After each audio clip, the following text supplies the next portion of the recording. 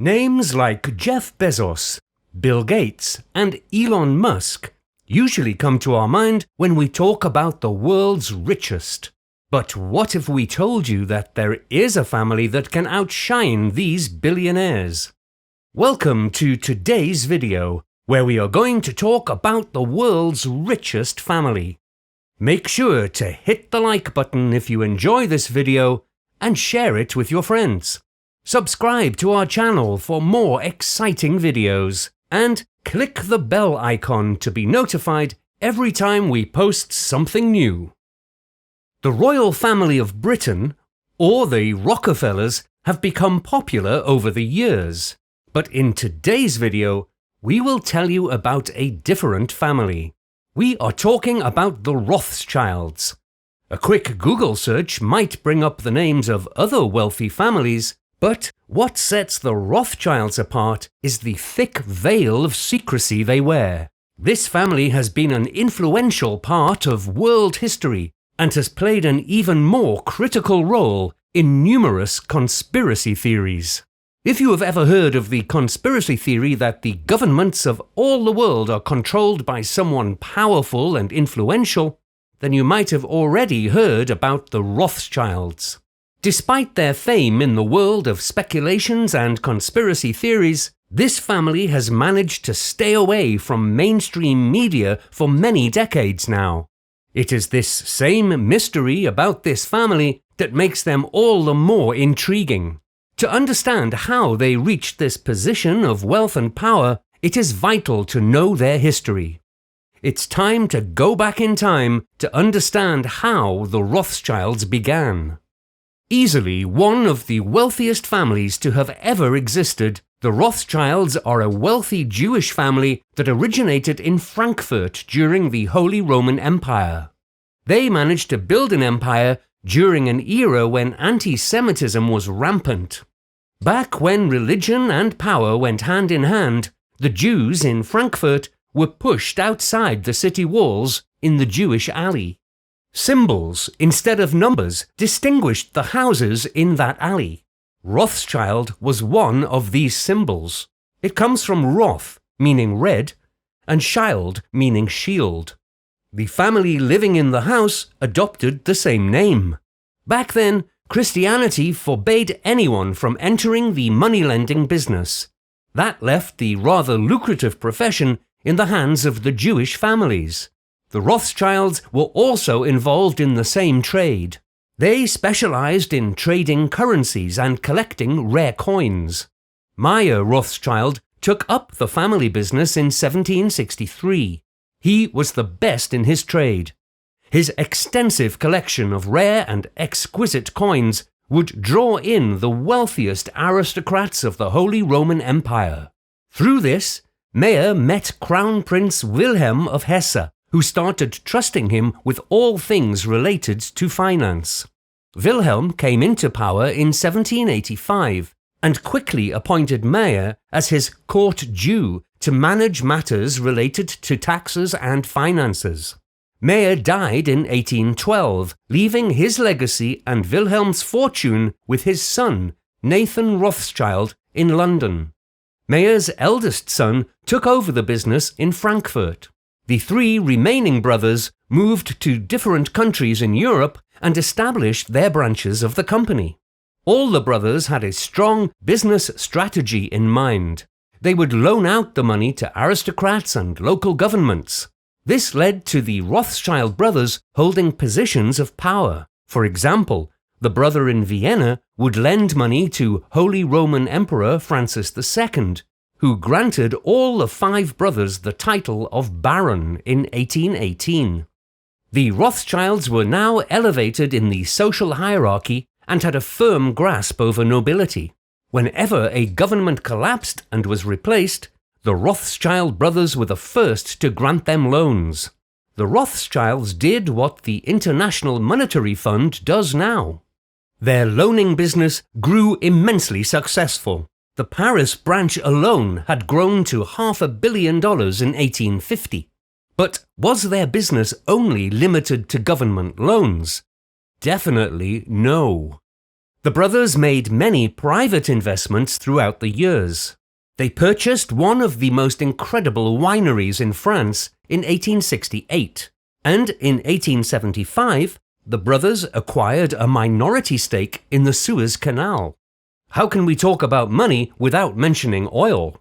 In 1883, they funded the inceptions of the first significant oil well in the world in Azerbaijan. And how can billionaires stay away from diamonds? They also became majority shareholders in the diamond monopoly of De Beers in Rio. They also invested in Rio Tinto, one of the world's largest mining companies.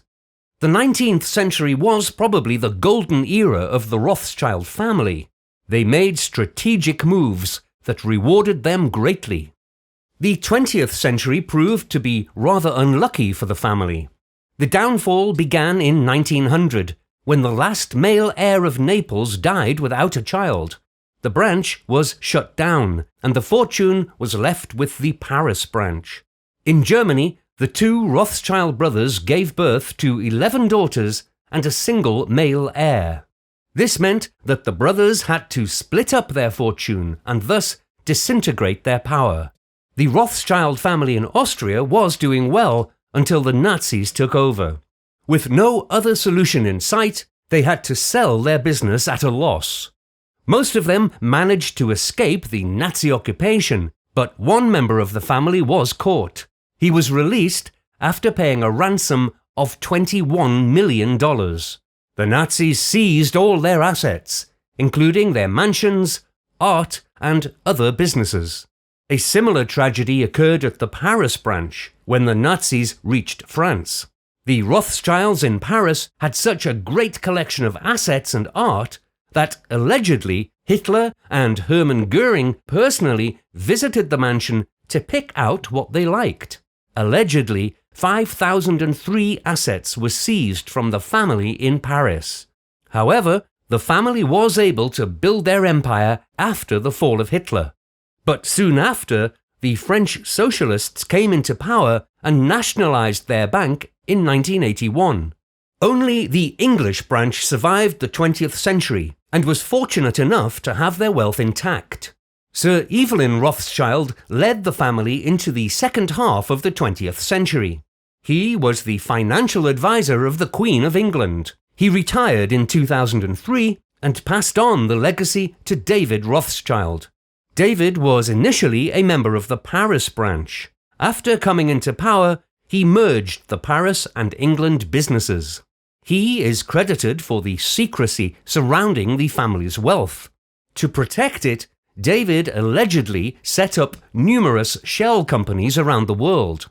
Now, coming to the conspiracy that the Rothschilds control all the major governments of the world, it might have stemmed from their early history, when the brothers were known for bailing out major empires and aristocracies. However, there is little truth to it now, at least from what meets the eye. All the Rothschild descendants today hold positions of power in the banking and finance industry. But does that automatically make them the puppeteers of a significant conspiracy? If you look at history, the Rothschilds grew in social status early on in the business. Owing to their financial and social status, they had access to more opportunities compared to the proletariats. The secret to their success is not shrouded in mystery, it is clearly out there. Much like other descendants of influential families, the Rothschild descendants became successful because of their predecessors. After David Rothschild took over the legacy, his decision not to reveal the family's wealth fueled curiosity among the masses. A typical figure used to describe the family's wealth is $500 trillion. However, according to the LA Times report, a more realistic number would be $350 billion. The family owns one of the largest investment banks of the present era, but they aren't nearly as rich as they used to be. Curious about some of the current descendants of the family and what they do? We've got you covered. Starting with Nathaniel Rothschild, the co-chairman of the hedge fund Atticus Capital from 1996 until it halted activity in 2009. He currently runs JNR Capital, an advisory business that focuses on emerging markets' natural resources. Nathaniel lives in Switzerland and is the co-chair of an Indonesian mining company called Bumi plc. David Meyer Rothschild, son of Sir Evelyn Rothschild, is an environmental activist and adventurer. He is the head of a group that raises awareness about climate change. David has also written several books on global warming and currently lives in California. He even sailed a boat made entirely of plastic bottles to raise awareness about climate change. Lynn Forrester Rothschild is another influential name in the world today. Wife of Sir Evelyn Rothschild, Lynn is the CEO of E.L. Rothschild, a holding company with investments in media properties, including the Economist Group. The family is not just scattered in the world of business and finance. One member of the Rothschild family even made it big in cinema. Nadine de Rothschild was a French actress and author who was married to Edmond Adolphe de Rothschild. The family might be influential even today, but it doesn't make them immune from internal conflicts. Over the years, the families have faced numerous minor battles among themselves.